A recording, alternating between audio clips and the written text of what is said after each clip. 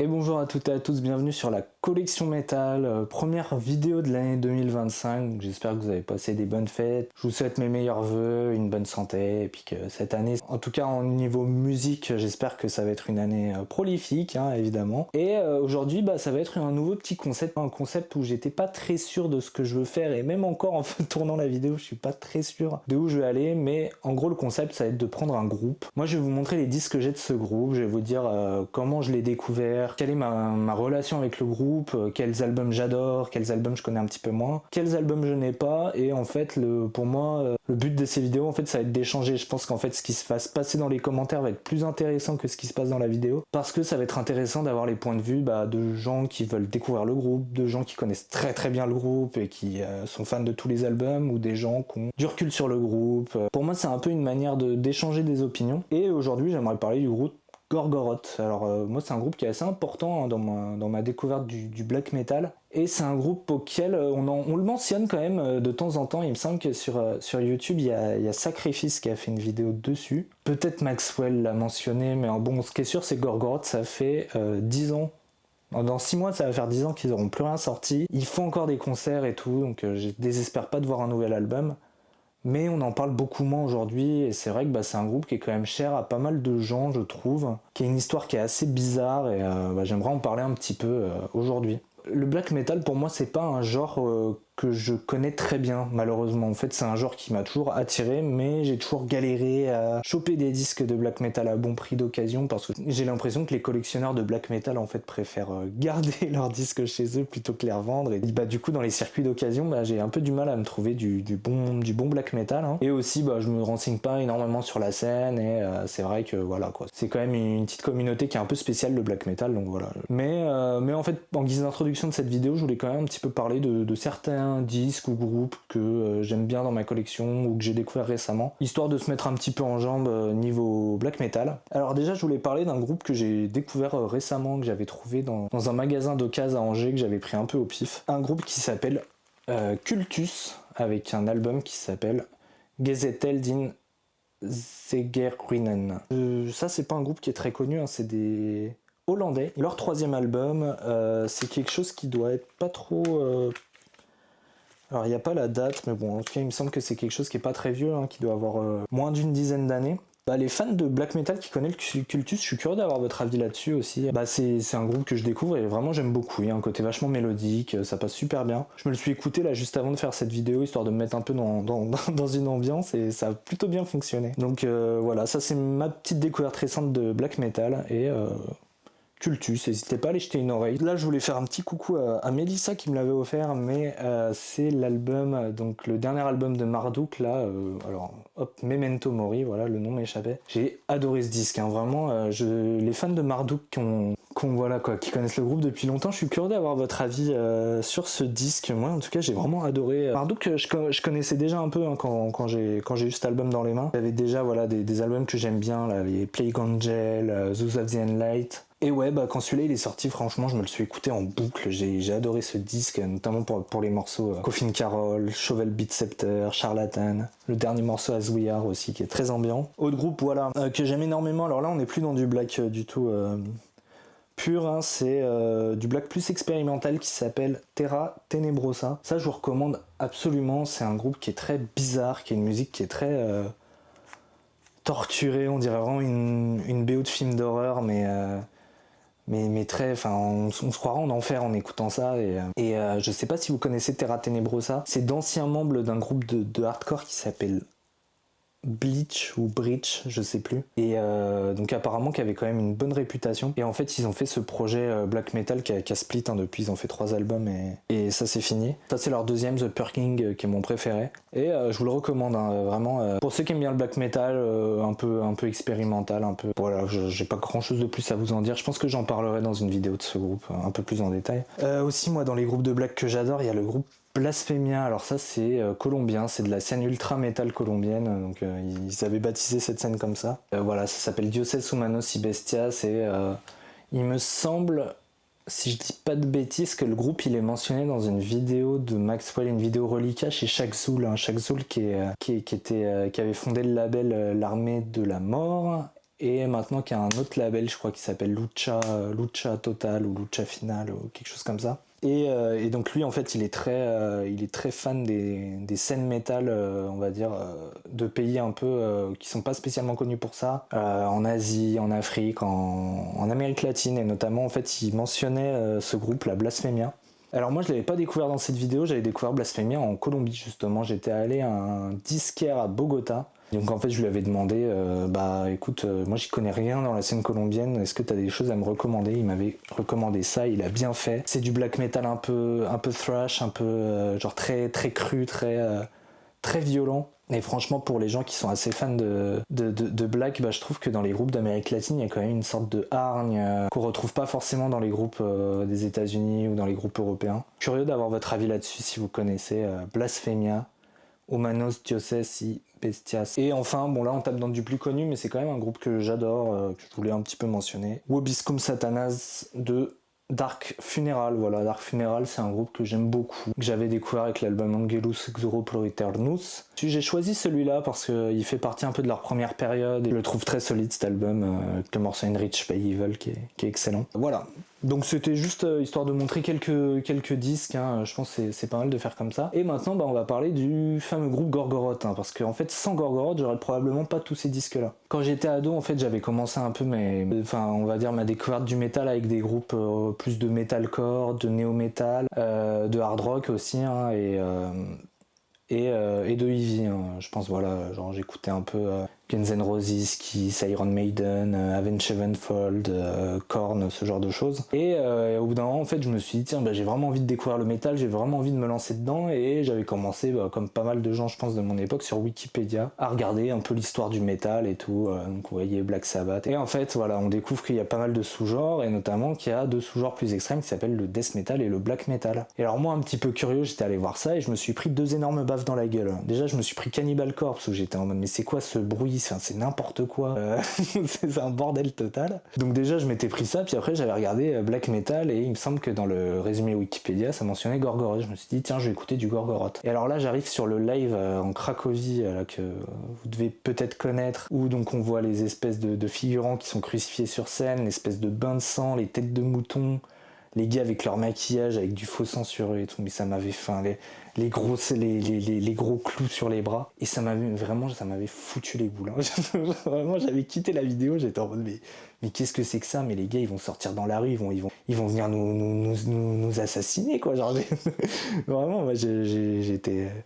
Ça m'avait fait peur pour le coup. Et bon après voilà quoi, je commençais, je connaissais pas vraiment cette scène là, tout le côté provocateur qu'il y avait. Je me rendais pas non plus compte que c'était pas de eux dont je devais avoir peur, mais plus des politiciens qu'on voyait à la télé, hein, pour le coup. Et c'est eux qui m'ont fait le plus de mal, hein, jusque là. Pendant un moment c'est un groupe qui m'a un peu fait peur, et puis après j'ai commencé à écouter, et pendant un bon moment ça a été le groupe que je montrais à mes potes un peu pour leur dire le métal c'est vraiment violent, regarde ça, tu vois, pour un peu les dégoûter.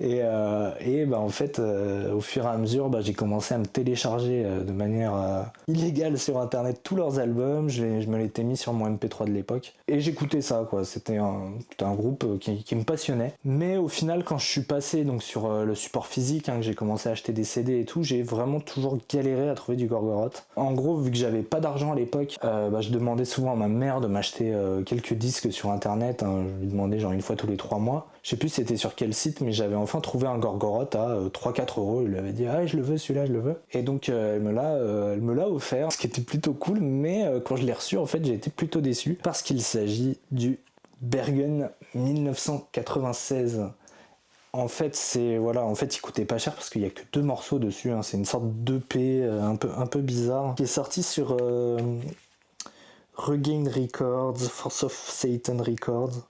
Il n'y a que 2 morceaux, Revelation of Doom de Under the Sign of Hell et Ritual de Pentagram. Mais bon, au-delà de la petite dissection, j'étais quand même content d'avoir du Gorgoroth dans ma collection. Et bah, c'est quelque chose que j'ai quand même pas mal fait tourner, hein. C'est, en gros, bah, c'est les 2 morceaux, mais ils sont joués super rapidement. Il y a une production qui est un peu catastrophique, mais bon, ça fait un peu partie du charme de ce genre de musique. Et en fait, le problème c'est que pendant très longtemps, en fait, à chaque fois je voyais les disques de Gorgoroth à plus de 20 euros, et genre j'ai jamais vraiment passé le pas pour en acheter d'autres, jusqu'à plus récemment où j'ai réussi à en choper quelques-uns.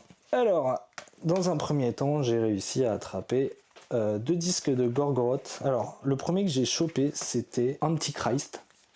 Leur deuxième album, en fait je l'avais jamais trop écouté celui-là et franchement je l'ai bien poncé, hein. Il est vraiment bien. Le morceau moi c'est Bergtrollets Efn, là, le deuxième qui est vraiment excellent, il y a le morceau Gorgoroth aussi.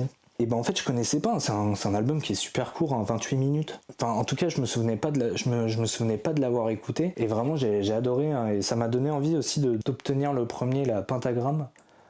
Mais celui-là, voilà, j'ai pas encore réussi à mettre le grappin dessus. J'espère qu'un jour je l'aurai. Mais voilà, Antichrist, vraiment, j'ai adoré ça. Ça fait partie de mes découvertes un peu récentes de blagues. Bon, même si Gorgoroth, je connais depuis un moment.